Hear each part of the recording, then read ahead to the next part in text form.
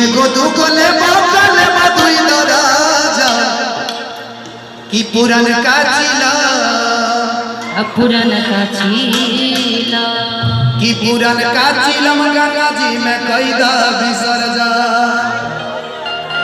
लेकिन खड़े दोनों हाथ उठे बाबा के दरबार तालियों के साथ में ए हा ए हा ए हा ए हा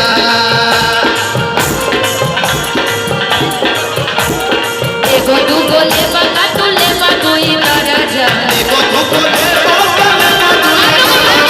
एगो दुगो ले बाकी ले दुई दराजा एगो दुगो ले दुई दराजा एगो दुगो ले बाका ले दुई दराजा।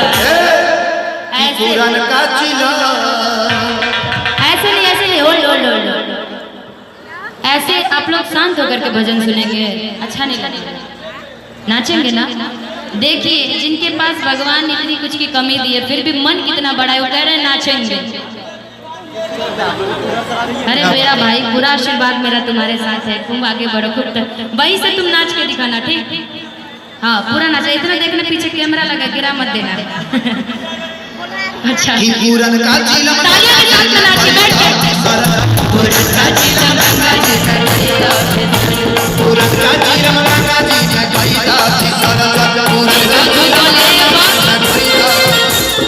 एगो दुगो ले बाकी ले दुई दराजा एगो दुगो ले दुई दराजा एगो दुगो ले बाकी ले दुई दराजा एगो दुगो ले दुई दराजा। पुरान का चिला गंगा जी में कैदा बिसर जा। पुरान का चिला गंगा जी में कैदा पुरान का चिला गंगा जी में कैदा बिसर जा।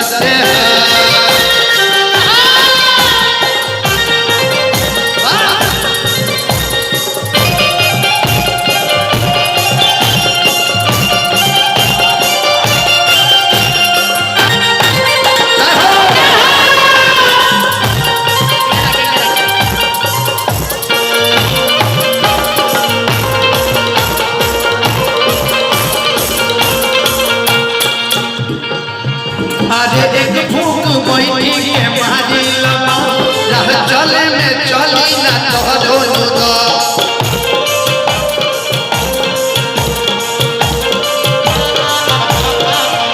अरे एक फूकी मारी के ले लो तू दम चले में रहिया न कटी बाबा। एक फूक बैठी के मारी लगा चले में भूली ना तोहरो नुदा। कि धागा मुकी कोते सभे आपस में लड़ा जा। नहीं ये भक्तगण लड़ने वाले नहीं है, कि समझदार धागा है। मुकी कोते सभे आपस में लड़ा जा। पुरान का चिला रई रई रई रई रई रई रई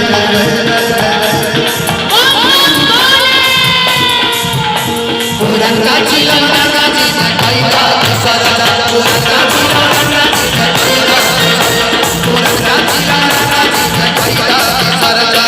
एगो दुगो ले बाकी ले दुई दराजा एगो दुगो ले दुई दराजा एगो दुगो ले बाकी ले दुई दराजा। कि पुरान का चिला रई रई रई रई रई रई रई रई पुरान का चिला गंगा जी में कैदा बिसर जा।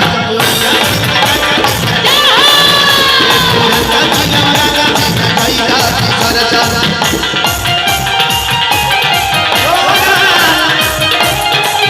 बम भोला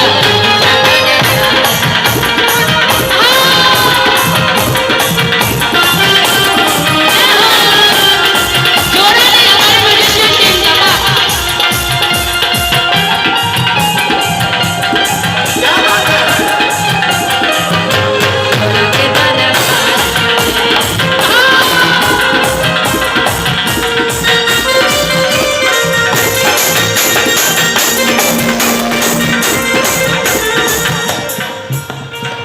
अच्छा ये बहुत बड़ा योगदान है अमरीश भैया का। मैं चाहूंगा सामने आ जाएंगे। लेकिन अमरीश जी को भी नचाया जाए इसमें। हाँ बिल्कुल आप ना थोड़ा सा तो नाचना ही पड़ेगा। एक हाथ आप पकड़िए, एक हाथ हाँ हम थोड़ा सा बस। ऐसा कि खींचते हुए कवरिया बम का है कि पुरनका चिलम गंगा जी में कैदा विसर्जन पुरनका चिलम गंगा जी में कैदा